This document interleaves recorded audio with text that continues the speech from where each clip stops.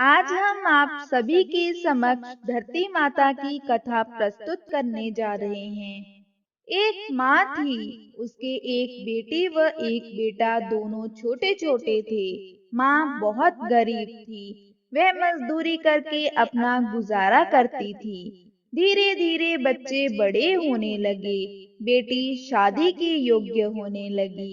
माँ बूढ़ी हो गई। माँ ने बेटे से कहा, बेटा तेरी बहन बड़ी हो गई है, अंत तुम्हारे जैसा घर बर देखकर उसकी शादी करना। ऐसा कहकर माँ तो कुछ दिनों में स्वर्ग सिधार गई। भाई गांव गांव घूमा, लेकिन बहन के योग्य कोई वर नहीं मिला। वह घूम घूम कर थक गया। बैठे बैठे उसने सोचा कि मैं ही इससे शादी कर लूं। ऐसा सोचकर वो चुनरी और सामान ले आया। बहन ने कहा, यह सब सामान क्यों लाए हो भाई? भाई बोला, तेरी शादी है। मोहल्ले वालों ने बहन से कहा कि तुम्हारा भाई ही तुमसे शादी कर रहा है। बहन ने भाई से पूछा, मेरी शादी किससे हो रही है? भाई कुछ नहीं बोला। तो बहन समझ गई। उसने एक लोटा लिया, चुनरी ली और चप्पल पहनकर जंगल में रवाना हुई। गाय के ग्वालों ने पूछा, वन में क्यों जा रही हो? वे कुछ नहीं बोली। वन में जाकर धरती माँ को पुकारने लगी। बोली, हे माँ, तू ही मेरी लाज रखना, नहीं तो अन्याय हो जाएगा। मैं क्या करूं?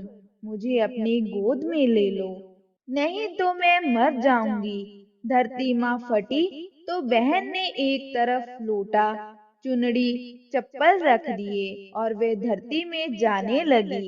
इतने में दौड़ता हुआ भाई वन में आया और ग्वालों से पूछा कि उसकी बहन किस तरफ गई है। ग्वालों ने कहा कि तेरी बहन उधर गई है। वह बहन बहन पुकारता हुआ दौड़ा तो बहन धरती माँ के अंदर समा रही थी। थोड़े बाल बाहर दिख रहे थे। उसने बहन के बाल मुट्ठी में पकड़े और रोने लगा। बहन तू सत के लिए धरती माँ की गोद में समा गई।